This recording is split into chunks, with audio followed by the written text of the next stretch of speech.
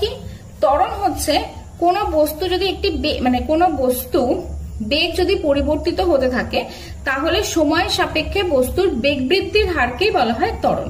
যেমন আমি বলছি একটা বস্তু এ অবস্থানে ছিল, এবার সে সেখান থেকে বি অবস্থানে এসে পৌঁছালো।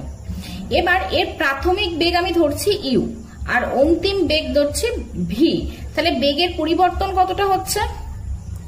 বেগের পরিবর্তন হচ্ছে ভি মাইনাস ইউ, তার মানে কারণ অন্তিম বেগ মাইনাস প্রাথমিক বেগ। এবার ত্বরণ বার করার নিয়ম কি? ত্বরণ বার করার সূত্র হচ্ছে নির্দিষ্ট সময়ে যে পরিমাণ বেগের পরিবর্তন হয় তাকেই আমরা বলি ত্বরণ। তাহলে বেগের পরিবর্তন বাই সময়। তাহলে এখানে কতটা বেগের পরিবর্তন হচ্ছে? ভি মাইনাস ইউ, আর সময় কত? টি। ত্বরণকে আমরা এ দিয়ে প্রকাশ করি।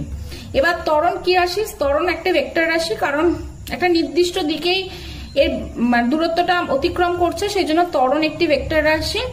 আর ত্বরণের একক হচ্ছে সিজিএসএ হচ্ছে সেন্টিমিটার পার সেকেন্ড স্কোয়ার। যেহেতু বেগের পরিবর্তন, বেগের একক হচ্ছে সেন্টিমিটার পার সেকেন্ড,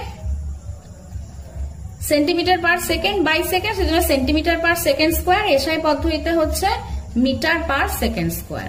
আর এর মাত্রা কি? এর মাত্রা হচ্ছে বেগের পরিবর্তন বাই সময়। তাহলে বেগের মাত্রা কি? বেগের মাত্রা দ্রুতির মতো এল টি to the power -1 by T. তাহলে এল টি টু দি পাওয়ার -2। এবার মন্দন কাকে বলা হয়? মন্দন হচ্ছে ঋণাত্মক ত্বরণকেই মন্দন বলা হয়। ঋণাত্মক ত্বরণ অর্থাৎ কোনো বস্তু যদি ক্রমহ্রাসমান বেগ নিয়ে চলে তাহলে তার একটা নির্দিষ্ট সময়ের সাপেক্ষে বেগ পরিবর্তনের হারকেই বলা হয় মন্দন।